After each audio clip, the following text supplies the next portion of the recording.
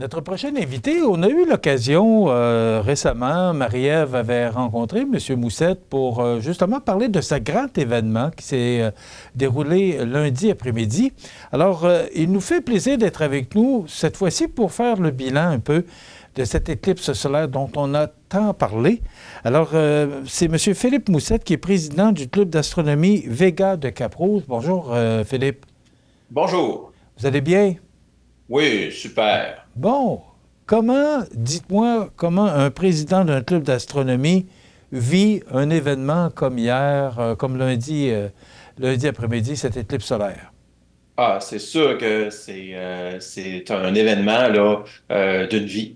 Donc, ce qui est le fun, c'est que on devait être au Texas parce que évidemment, on avait prévu d'être au Texas, mais finalement, on a annulé parce qu'il faisait pas beau au Texas. On est resté au Québec. Puis moi, en fait, je suis allé là au lac Mégantic, donc dans la ville de lac Mégantic, au parc des vétérans, là où on avait 3 minutes 28 de totalité. C'était assez impressionnant. On voyait l'ombre arriver. On voyait vraiment là, très, très bien la couronne solaire, les protubérances, tout ça. Donc, c'était assez spécial, merci. J'avais en plus amené un petit peu plus de stock que prévu parce que au départ, j'étais supposé de partir là, avec un peu moins de stock pour le Texas parce que évidemment, il y a tout l'aspect bagage et tout ça. Mais là, comme on dit, on en a amené un petit peu plus. Avec ça, évidemment, ça nous a permis d'aller chercher peut-être un petit peu plus de choses aussi au niveau de l'éclipse. En plus, Bingo! d'être du club et de notre famille. Il y a même ma mère qui nous a suivis, qui avait pas vu d'éclipse solaire totale non plus, puis elle a été totalement ébahie. Nous autres, on est partis à 8h30 d'ici. L'éclipse commençait à 14h15. Donc, pour l'aller, on n'a pas eu de problème. Le trafic était quand même pas trop dérangeant. Mais ça, je l'avais dit aux gens, j'avais dit partez tôt parce que le trafic risque d'être fou. Ben, effectivement, le trafic a été fou. À partir d'11 heures, là, tout était bloqué. Il n'y avait plus rien qui bougeait. Puis même, il y a plusieurs personnes qui ne se sont jamais rendues à Saint-Georges, donc qui ont rebroussé chemin puisque c'était un peu trop fou. Donc, c'est pour ça que effectivement, à ce moment-là, on avait dit aux gens de partir tôt, parce qu'à Saint-Georges, il y a eu vraiment, vraiment, mais vraiment beaucoup, beaucoup de monde. Donc, ça a été totalement fou comme événement. Nous autres, à Lac-Mégantic, c'était vraiment les locaux ou les fous d'éclipse qui étaient là.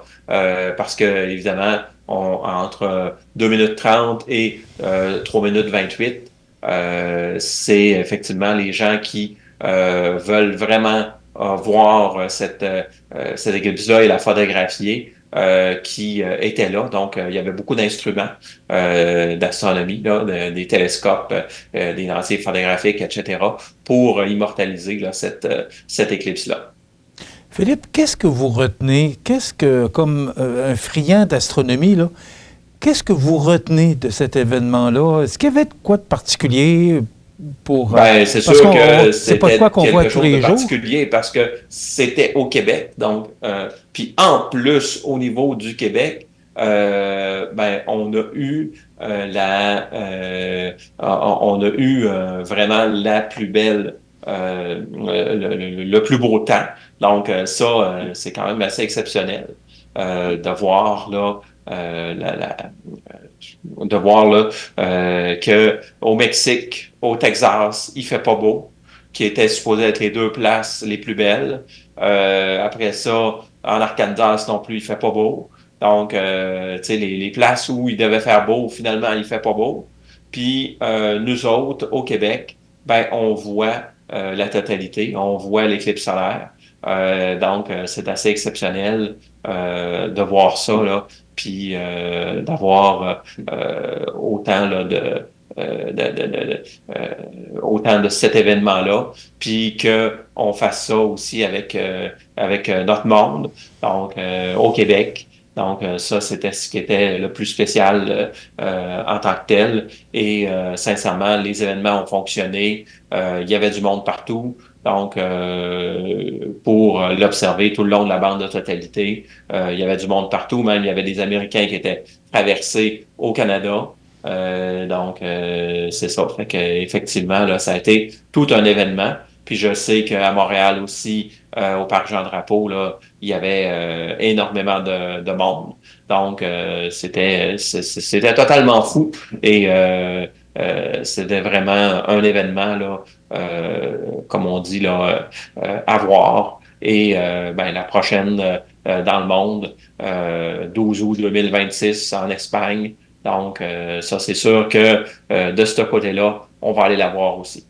Bon, qu'est-ce qui fait qu'en 2024, on l'a ici au Québec, et là, en 2026, ça va être en Espagne? Pour que les gens comprennent bien le phénomène, expliquez-nous. Ben, là, il reste à peu près 3 minutes et demie là, pour nous résumer ça. D'ombre, d'alignement.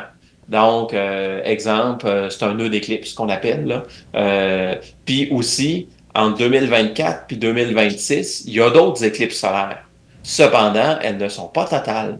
Il y a notre prochaine éclipse, nous autres, au Québec. Elle va être partielle à 62 c'est le 29 mars 2025. Donc, le 29 mars 2025, on va avoir un croissant de soleil, donc à 62 qui va se lever. Ça va être assez intéressant aussi à observer. Et évidemment, là, comme je l'ai dit, c'est les trajectoires, c'est les lignes de totalité, donc qui sont par la même place. Et effectivement, c'est ça, ça dépend là, de l'alignement avec la Lune, aussi de la distance de la Lune versus la Terre, puisque des fois, on a des annulaires aussi. Donc, ça, on en a à quelques reprises aussi. Donc, c'est ça. Puis des annulaires, ça se produit lorsque la Lune est trop loin de la Terre pour la cacher totalement. Là, on nous disait que la prochaine éclipse serait dans 82 ans, mais là, vous m'apprenez qu'en mars 2025, on va avoir une autre éclipse? Oui, mais partielle. Okay. Partielle. La prochaine totale à se retrouver au Québec est en 2106. Donc, ça, c'est vrai. Mais on a des partiels, on a des annulaires. Il y en a une annulaire qu'on va avoir en 2048. Donc, c'est ça. Fait que des annulaires, là, on peut en avoir aussi. On en a une autre en 2093 aussi. Une autre annulaire au Québec. Mais une annulaire, c'est pas la même chose qu'une totale. Donc, une totale, on vit la nuit en plein jour. Une annulaire, le soleil ne disparaît pas au complet. Donc, on a un anneau de feu. Donc, c'est la Lune qui passe devant. Mais ça...